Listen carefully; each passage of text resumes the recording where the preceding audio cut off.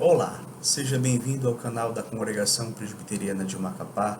Eu sou o pastor Michel e eu gostaria de começar a mensagem de hoje contando uma ilustração que faz referência a esse momento que nós estamos vivendo de pandemia. Imagine você que o mundo fosse assolado por uma epidemia grave, capaz de matar pessoas, e que esta epidemia contaminasse toda a raça humana, de modo que todas as pessoas, indistintamente, sejam homens, mulheres, crianças, jovens, adultos, idosos, seja pessoas de classes sociais diversas ou de diversas etnias, todas foram então contaminadas por este vírus. E os cientistas então começam a buscar uma vacina para esta epidemia, para este vírus, só que eles não encontram. Enquanto isto, a humanidade segue cada vez mais debilitada pelos sintomas deste vírus, cada vez mais fraca e caminhando para a morte. Porém, você recebe de graça a receita para a cura deste vírus. E você então pega aquela receita, manda fabricar o remédio, toma o remédio, sente-se bem, depois vai ao médico e é diagnosticado como alguém que foi curado. E agora você então sai na rua e percebe uma multidão de pessoas com aqueles mesmos sintomas que você estava anteriormente. Pessoas que estão caminhando para a morte. E veja, você sabe que aquele remédio, ele pode curar aquelas pessoas e, consequentemente, livrá-las da morte. Mas aí eu te pergunto, o que você faria? Você colocaria aquela receita no bolso e continuaria vivendo a sua vida sem se importar com as demais pessoas? Ou você, então, faria o possível para que aquela receita chegasse ao maior número de pessoas? Hoje eu quero compartilhar com você a história de um homem que foi salvo por uma mensagem que recebeu, não é? E uma vez salvo este homem, então ele dedicou toda a sua vida a proclamar essa mensagem para que outras pessoas também fossem salvas como ele foi. E aí, você já sabe quem é? Abra comigo a palavra de Deus em Romanos capítulo 1, do verso 14 ao verso 17. Romanos 1, do 14 ao 17. Nos diz assim a palavra do Senhor Deus: Pois sou devedor tanto a gregos como a bárbaros, tanto a sábios como a ignorantes. Por isso, quanto está em mim, estou pronto a anunciar o Evangelho também a vós outros em Roma. Pois não me envergonho do Evangelho, porque é o poder de Deus para a salvação de todo aquele que crê, primeiro do judeu e também do grego. Visto que a justiça de Deus se revela no Evangelho, de fé em fé, como está escrito, o justo viverá por fé. Estas palavras, elas foram escritas pelo apóstolo Paulo, quando ele estava indo para Jerusalém levar uma oferta aos cristãos necessitados ali da Judéia.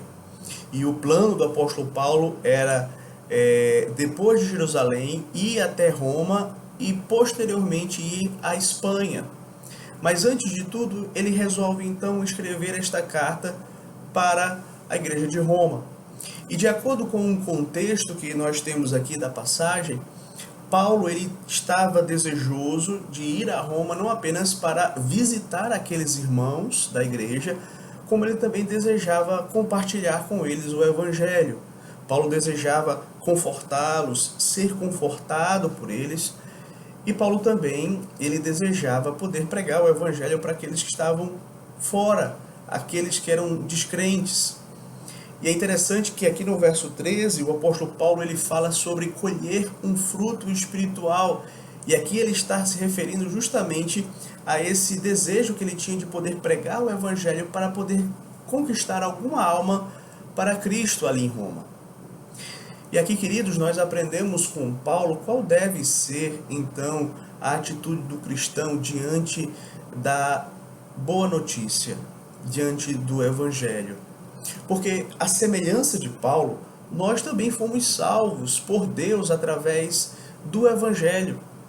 E este mesmo Deus nos incumbiu de podermos proclamar a outras pessoas este Evangelho.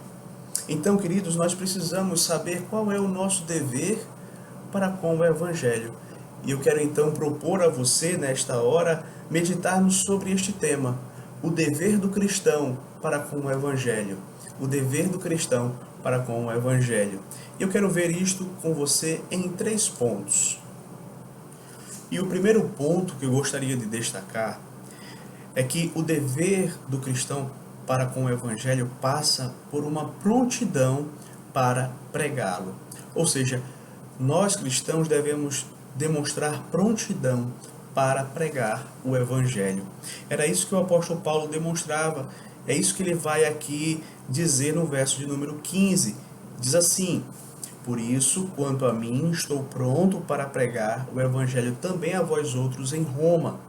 Veja, Paulo ele demonstra aqui prontidão para pregar o Evangelho em Roma. Você não vai observar no apóstolo Paulo em nenhum momento ele se esquivando, ele retardando, ele inventando desculpas para não pregar o Evangelho. Muito pelo contrário, ele sempre dizia: estou pronto.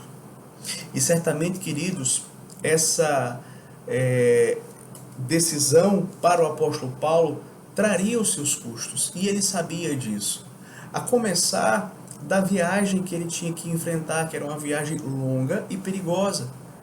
Sem falar que pregar o Evangelho ali na capital do Império poderia custar a ele a própria vida. Mas nada disso intimidava o apóstolo Paulo. E não apenas isto, você vai perceber que esta prontidão do apóstolo Paulo para pregar o Evangelho não é somente em Roma, mas aonde quer que o Senhor o enviasse. Se você ler Atos capítulo 20, verso 14, vai perceber nas palavras dele aos presbíteros esta mesma prontidão. Ele diz assim: porém, em nada considero a minha vida preciosa para mim mesmo, contanto que complete a minha carreira e o ministério que recebi do Senhor Jesus, para testemunhar o Evangelho da graça de Deus. O ministério do apóstolo Paulo era justamente este, de ministrar, de pregar o Evangelho da graça de Deus.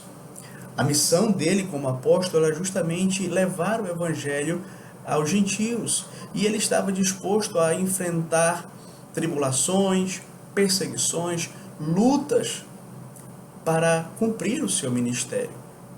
Se você ler o livro de Atos, você vai ver ali nas primeiras viagens missionárias o apóstolo Paulo sempre pronto para pregar o Evangelho, mas ele também sofria perseguições, apedrejamento, açoites, prisões. E é interessante, queridos, que outra pessoa que também demonstrou prontidão para pregar o Evangelho foi Ashbel Green Simonton, o primeiro missionário presbiteriano a pisar no Brasil.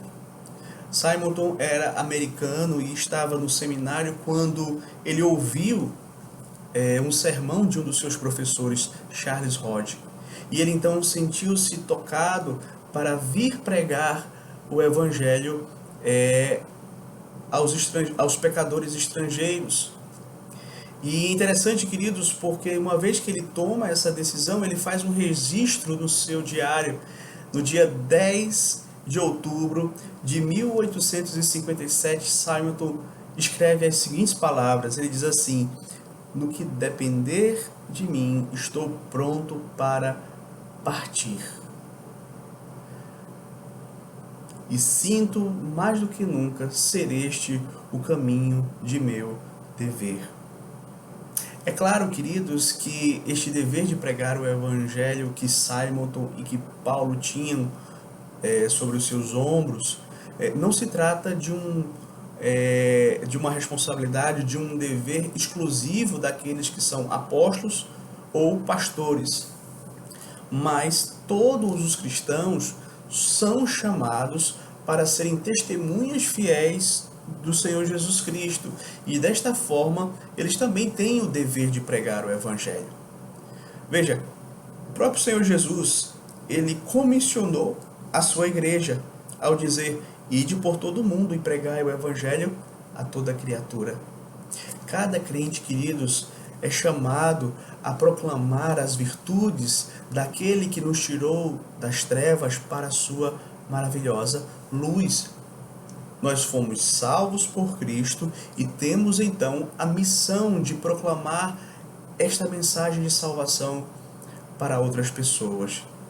E devemos, à semelhança do apóstolo Paulo, estarmos conscientes de que isto terá um custo. Paulo sabia que pregar um evangelho no mundo em fase terminal sempre traria os seus custos, e nós também devemos ter esta consciência. No século XX, nós temos o maior número de mártires do cristianismo. Saiba que enquanto você está assistindo este vídeo, irmãos nossos estão sendo presos, sendo torturados e até sendo mortos por causa do Evangelho.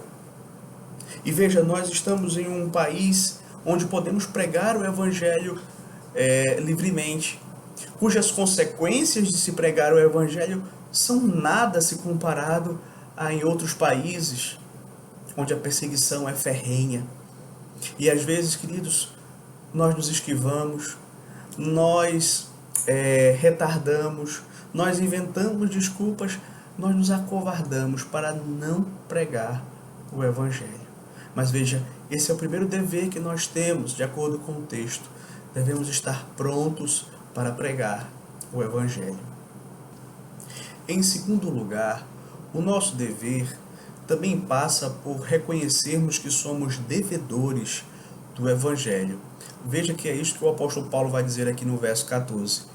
Ele diz assim: pois eu sou devedor tanto a gregos quanto a bárbaros, tanto a sábios como a ignorantes.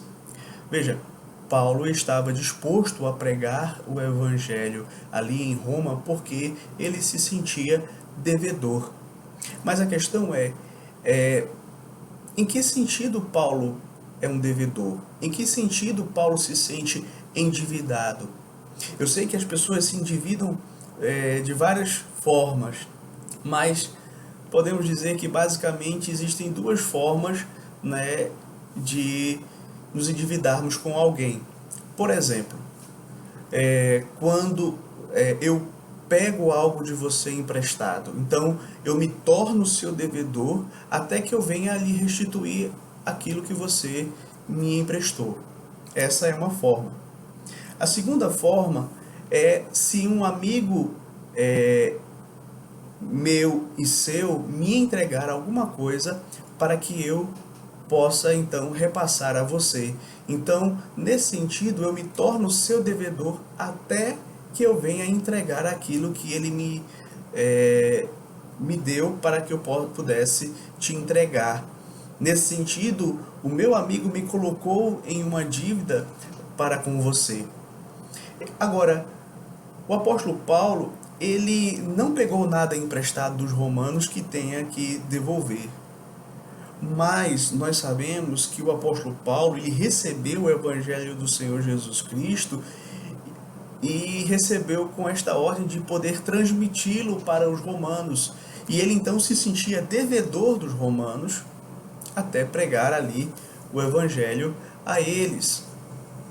É interessante, queridos, que nos nossos dias as pessoas elas veem a evangelização como um favor que elas estão fazendo para Deus. Quase sempre, quando você fala em levar o Evangelho a outras pessoas, você vai perceber muitos não tendo tempo na sua agenda, apresentando outras prioridades, não demonstrando interesse em evangelizar. O que chama a nossa atenção nesse texto é que para o apóstolo Paulo, a evangelização não é de forma nenhuma um favor que nós fazemos para Deus. Antes é um dever, é uma dívida. Por isso que ele vai dizer aqui, eu sou devedor. Mas veja que o apóstolo Paulo ele segue e acrescenta, diz assim, eu sou devedor tanto a gregos como a bárbaros, tanto a sábios como a ignorantes.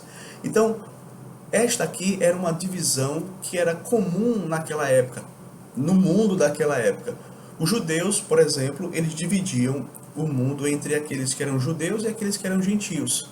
E uma outra forma de dividir o mundo era justamente entre gregos e bárbaros, né?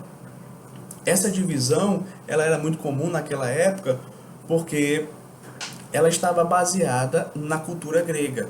Então, aqueles que tinham acesso à cultura grega, eles eram chamados de sábios. Aqueles que não tinham acesso à cultura grega eram chamados de bárbaros, de ignorantes. É justamente por isso que o apóstolo Paulo ele vai justamente dizer que ele encontra-se em dívida tanto com gregos como com bárbaros. E aí, mais na frente, ele já vai logo acrescentar tanto a sábios quanto a ignorantes, né? Ou seja, o que é que o apóstolo Paulo está dizendo aqui com esta distinção? Que ele se sente devedor do evangelho porque todos indistintamente necessitam do evangelho, independentemente do nível cultural, do nível intelectual, não é, que possam ter. Todos precisam do evangelho. Essa é a lição que o apóstolo Paulo aqui está transmitindo. O evangelho, meus queridos, ele é a mensagem de salvação para todos os homens, tanto sábios quanto ignorantes, tanto universitários como iletrados. Todos precisam do evangelho para serem salvos. O homem que possui conhecimento intelectual, ele não está numa posição melhor do que aquele que nunca foi para a escola diante de Deus. Não, ambos encontram-se necessitados do evangelho para serem salvos. E diante desta verdade, eu e você devemos também estar prontos para aproveitarmos as oportunidades que o Senhor nos concede para pregarmos o evangelho, porque também somos devedores. Então não podemos nos acovardar, não podemos nos intimidar, devemos pregar o evangelho a todos, aos estudantes, aos universitários, mas também àqueles que não tiveram oportunidade de ter uma boa educação. Todos precisam do evangelho e nós devemos estar prontos para pregar a eles e também nos sentir em dívida com todos, para que assim possamos então ter uma atitude correta para com o evangelho e não nos acovardarmos e não nos intimidarmos e não menosprezarmos um em detrimento de outros, antes que possamos nos sentir devedores do evangelho a todos. Em terceiro lugar, o nosso dever para com o evangelho também é de não nos envergonharmos dele. Paulo diz aqui no verso 16, pois não me envergonho do evangelho. Ou seja, Paulo sabia, meus queridos, que por conta do seu conteúdo, o evangelho poderia ser muito facilmente alvo de menosprezo por parte dos romanos. Paulo sabia que não seria fácil pregar o evangelho da cruz de Cristo ali em Roma. Por quê? Primeiro, os romanos não nutriam nenhuma afeição pelos judeus. Segundo, porque a crucificação era o modo de execução reservado para os párias, para os escravos, para os piores malfeitores. Terceiro, porque Roma era uma cidade altiva, que valorizava muito o poder, e eles se vangloriavam do poder que exerciam sobre as demais nações. Então você imagina o apóstolo Paulo chegando ali em Roma para pregar a mensagem do Evangelho, de um Deus que enviou o seu Filho, que nasceu como um judeu, foi um carpinteiro, foi traído, foi crucificado e morto. a probabilidade dos romanos rejeitarem e até ridicularizarem essa mensagem era grande. Então quer dizer que o apóstolo Paulo deveria ficar calado? Não. Paulo não pensava assim. Paulo diz, ainda que o evangelho pareça loucura para os romanos ou para os sábios deste mundo, eu continuarei pregando o evangelho e não vou me envergonhar do evangelho. E ele então vai explicar por que ele não vai se envergonhar do evangelho. Ele diz, porque o evangelho é poder de Deus para a salvação de todo aquele que crê. E aqui é interessante, queridos, porque Paulo ele começa a detalhar para nós o que é o evangelho, não é? Ele diz aqui claramente, este evangelho é o poder de Deus para a salvação de todo aquele que crê. E aqui Paulo está partindo de um pressuposto básico de que todos os seres humanos estão na mesma condição de perdição por causa do pecado e merecem a condenação. Logo, todos precisam ouvir o evangelho.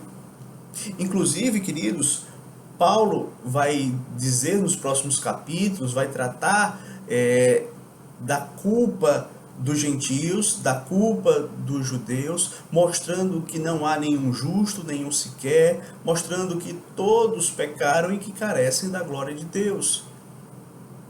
Então, independentemente de nacionalidade, independentemente de sexo, de condição social, todos estão, de fato, infectados com o vírus do pecado e necessitam da salvação do Evangelho. O Evangelho, queridos, ele é justamente essa boa notícia de que Deus enviou o seu Filho ao mundo para salvar pecadores. Somente através do Evangelho o homem pode ter o conhecimento da obra realizada por Cristo a favor dele. Por isso que é tão importante que essa mensagem seja levada, por isso que é necessário ao homem ouvi-la para que possa então ser salvo. Entretanto, Paulo ele fala aqui que o Evangelho é poder de Deus para a salvação do pecador. E é interessante porque o Evangelho ele é o poder de Deus para a salvação. Deus, por meio do Evangelho, manifesta o seu poder salvando pecadores. E não há nenhuma manifestação do poder de Deus maior em nós do que essa transformação, essa conversão que ele realiza através da pregação do Evangelho. Outro ponto importante e que Paulo deixa claro é que o Evangelho ele é poder de Deus para a salvação daqueles que creem. Ou seja, fica implícito que nem todos aqueles que vão ouvir o Evangelho vão ser salvos por ele. Por quê? Porque não vão crer. Mas aqueles que creem, de fato, serão salvos. E o crer que Paulo menciona aqui não é apenas um entendimento intelectual da mensagem do Evangelho. Não. O crer aqui envolve, queridos, de fato, um arrependimento verdadeiro, uma entrega verdadeira a Cristo, uma confiança irrestrita na pessoa de Cristo, o dedicar a vida a Cristo.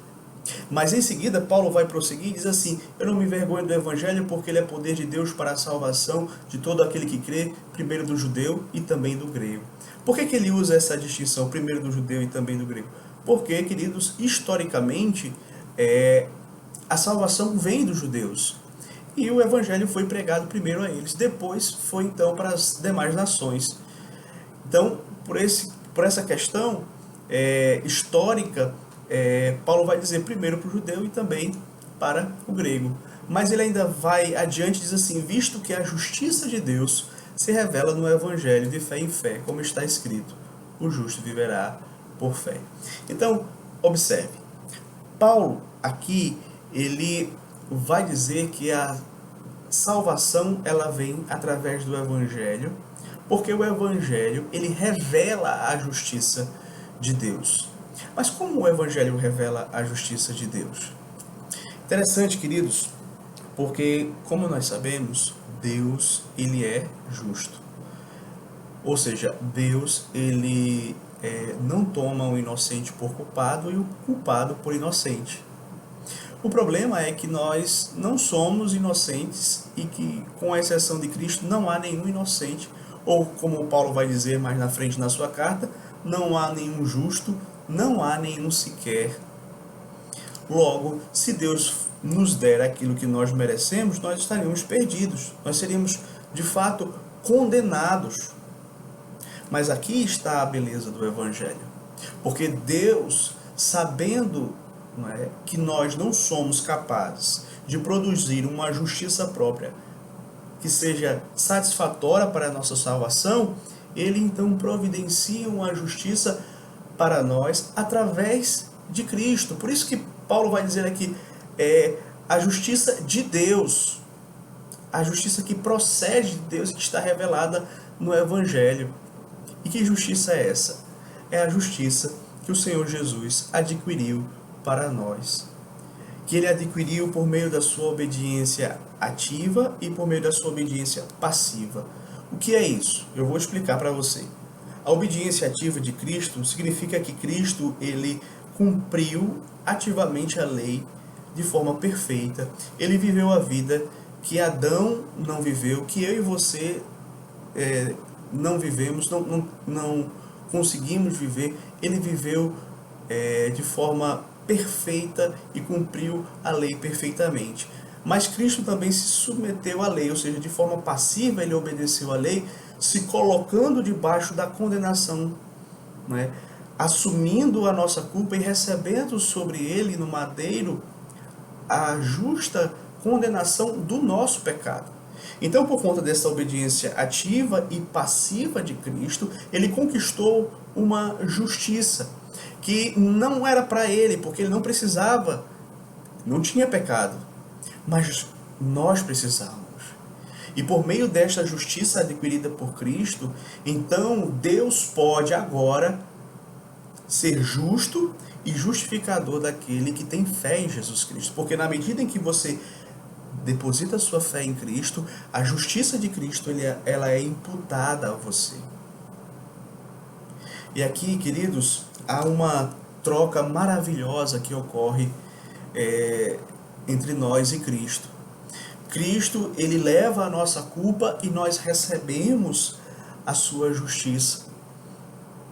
E assim, queridos, nós somos completamente curados do vírus do pecado. Completamente curados. Tanto da culpa do pecado, ou seja, nós não temos mais culpa diante de Deus, fomos sanados, temos a nossa dívida quitada por Deus, por Cristo. Também nós somos libertos do poder do pecado, agora nós temos poder para poder viver em novidade de vida.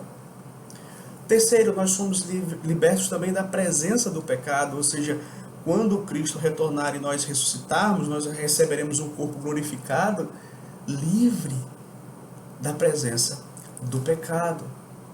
Então, queridos, nós somos abençoados por Deus, por essa justiça e completamente salvos e recebemos por parte dele a vida eterna. E eu faço questão de ressaltar, e tudo isso é mediante a fé. A salvação, ela vem pela graça mediante a fé. É a fé que vai nos dar acesso à justiça de Cristo. Mas até essa fé que nós precisamos para receber esta justiça perfeita de Cristo é um dom de Deus. Mas é pela fé, não é pelas obras. Por isso que Paulo vai dizer de fé em fé, ou seja, é fé do início ao fim. E mais, Paulo ainda vai concluir dizendo, o justo viverá por fé.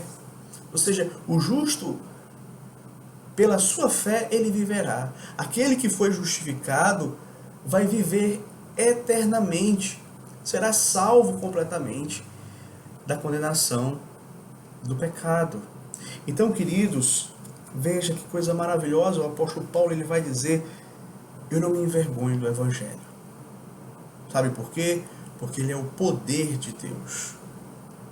Deus, por meio do Evangelho, manifesta o poder de converter pecadores rebeldes. E eu gostaria de concluir trazendo algumas aplicações a partir do texto que nós estudamos. Quero primeiramente falar para você que não é cristão, que não é crente. Você precisa saber que você está infectado com o vírus do pecado. E que este vírus, ele resulta não apenas em morte física, mas, sobretudo, na morte eterna, que é a pior de todas as mortes. Então, não importa se você é homem ou mulher, se você é criança, adulto, jovem ou idoso, não importa a sua condição financeira, nem a sua condição cultural, saiba que você precisa da cura para o seu pecado, que está no Evangelho. Veja, esta salvação que vem no Evangelho, você não vai encontrar em nenhum outro lugar. Você não vai encontrar nos atos religiosos, você não vai encontrá-la nas obras de caridade, você não vai encontrar olhando para dentro de si mesmo. Ela só pode ser encontrada, esta salvação, no Evangelho. E é por meio do Evangelho que você então vai tomar conhecimento, não é, da justiça de Deus. Pois o Evangelho revela esta justiça de Deus. A única forma como Deus Santo pode perdoar o pecador, através do seu Filho amado, Jesus Cristo. E você então precisa, de fato, reconhecer que você não tem mérito nenhum e confiar tão somente nos méritos de Cristo, na justiça de Cristo. Então, que você possa, de fato, crer. E quando eu falo crer, não é apenas um entendimento intelectual, dizer, eu sei que Jesus morreu na cruz para me salvar. Não é apenas isto. O crer envolve arrependimento, envolve uma fé genuína que se compromete, que se entrega a Cristo, que diz, já não mais eu vivo, mas Cristo vive em mim. Esta é a fé verdadeira. Mas também gostaria de me dirigir a você que é cristão. Como está a sua prontidão para pregar o Evangelho? Veja, muitas vezes nós temos prontidão para fazermos muitas coisas que nos agradam. Às vezes, quando nós somos convidados pelos nossos amigos para as diversas programações, prontamente nós aceitamos. Mas será que nós temos a mesma prontidão para sentarmos com eles e abrirmos a Bíblia e falarmos do Evangelho para eles? Outra pergunta, você se sente devedor do Evangelho? Você entende que Cristo deixou esta missão para a igreja de levar o seu Evangelho aos perdidos? Você tem esse senso de dever, de responsabilidade, de que, de fato, este é um grande privilégio e não é um favor que nós estamos fazendo para Deus. É o nosso dever. Terceiro, você tem se envergonhado do Evangelho? Nos nossos dias, nós sabemos que também a sociedade na qual nós vivemos, o Evangelho, ele muitas vezes se torna alvo de ridicularização. As pessoas não suportam o Evangelho genuíno, essa é a verdade. E muitas vezes, por conta disso, nós podemos nos sentir tentados a nos envergonhar do Evangelho. E talvez esse seja um dos grandes problemas do cristianismo atual. Pessoas que se envergonham do Evangelho, pessoas que têm vergonha de assumirem o seu compromisso com Cristo diante dos outros e de falar de Cristo para os outros.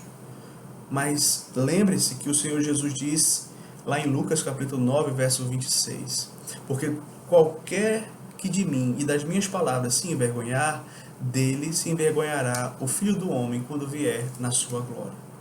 Então, tome cuidado. Se este é o caminho que você está escolhendo, cuidado para que Cristo não se envergonhe de você quando Ele voltar.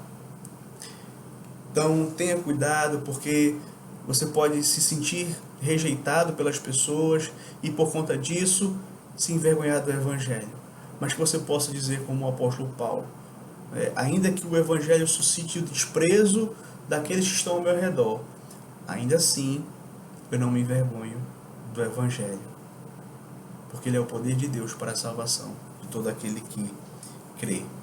E eu termino fazendo a você mais alguns questionamentos. Se você sabe que o vírus do pecado ele pode levar o homem à morte eterna, e ao mesmo tempo você já provou da eficácia do antídoto do Evangelho, você foi completamente curado, como então você não oferece essa mensagem para que outras pessoas também possam ser livres da condenação eterna? Se o próprio Deus lhe salvou e lhe deu a responsabilidade de espalhar, de proclamar, de divulgar, de pregar este Evangelho, né? Como você então não se sente em dívida com o Evangelho? Se você sabe que o Evangelho é o único meio pelo qual o homem pode ser salvo, por que você se envergonha dele? Que Deus nos faça refletir sobre essas questões e que Ele nos abençoe. Vamos orar. Senhor Deus, abençoa a pregação do Teu Evangelho, que o Senhor possa, por meio dela e por meio da ação do Teu Espírito, gerar conversão no coração daqueles que ainda não são convertidos, edificação, crescimento para aqueles que já conhecem ao Senhor. Abençoa, Senhor, pois a Tua palavra ela não volta vazia. Ela ou serve para a salvação ou para a condenação. Que o Senhor então possa fazer com que esta mensagem sirva para a salvação de todos aqueles que a ouvirem. Em nome de Jesus. Amém.